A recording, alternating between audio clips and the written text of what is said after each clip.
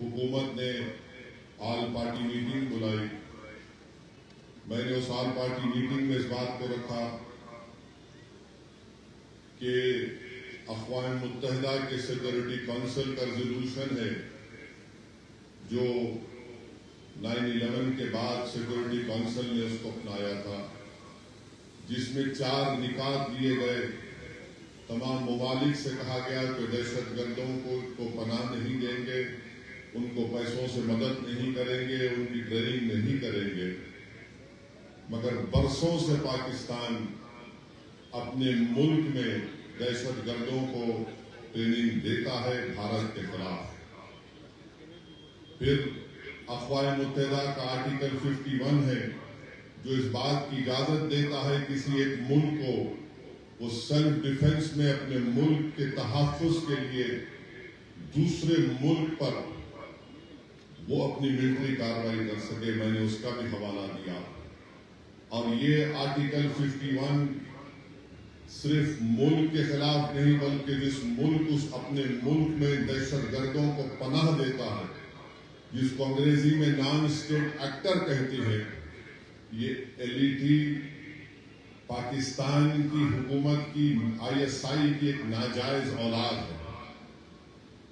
اور پھر آپ یہ بھی جانتے ہیں کہ ہمارے بھارت کے سنویدھان میں آرٹیکل 355 ہے جو اس بات کو کہتا ہے کہ مرکزی حکومت کی ذمہ داری ہے کہ کسی ریاست میں اگر باہر سے حملہ ہوتا تو اس کو روکے.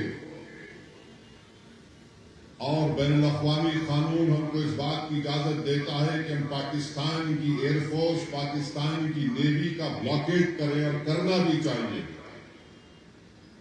ہم کو اس بات کی اجازت دیتا ہے کہ ہم انٹرنیٹ کا اس کو جیم کریں، ہیکنگ کرائے ہمارے ایتھیکل ہیکرز کے ساتھ جو اس ملک میں بڑے پیمانے پر ہیں.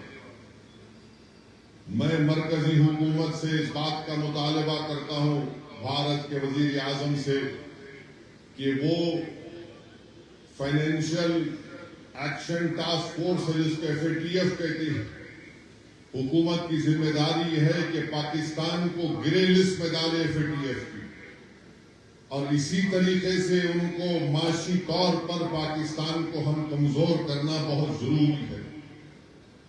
اور جو لوگ آج پاکستان میں بیٹھ کر بکواس کرتے ہیں، میں ان سے کہنا چاہ رہا ہوں کہ آپ بھارت سے آپ کا وقت آدھا گھنٹے پیچھے ہے. اب جیسا یہاں 6:15 ہو رہے ہیں، وہاں پر 5:45 ہو رہے ہیں.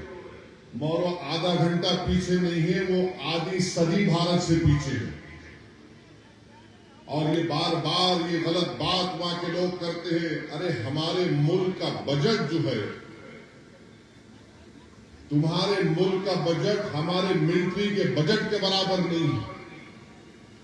تم برابری کرنا تو دور کی بات، تم اگر اسی طرح کرتے رہو گے، یہ بار بار پاکستان یہ کہتا ہے کہ ہم نیوکلیئر بام ہمارے پاس ہے، ایٹمی بام ہے. یاد رکھیے اگر آپ کسی ملک کے اندر جا کر معصوم لوگوں کو ماریں گے تو کوئی بھی ملک خاموش نہیں بیٹھنے والا ہے، چاہے حکومت کسی کی بھی ہو. مگر اس طرح سے آ کر ہماری بھارت کی سرزمین پر حملہ کرنا اور مذہب پوچھ کر کسی کو گولی مارنا، تم کون سے دین کی بات کر رہے؟ تم تو خوارج سے بدتر ہو، تم تو ISIS کے جانشین ہو جو حرکت کیے ہیں. تو میرے عزیز دوستوں اور بزرگوں، ہم ہمارے ملک کے وزیر اعظم سے بھی کہیں گے کہ جب کشمیر ہمارا اٹوٹ حصہ ہے اور رہے گا انشاءاللہ، تو کشمیری بھی ہمارا اٹوٹ حصہ ہے. ہم کبھی بھی کشمیریوں کے خلاف یہ جو ٹی وی چینل پر یہ بڑے بڑے اینکر بیٹھ کر گفتگو کر رہے ہیں، بے شرم ہے پورے اینکر.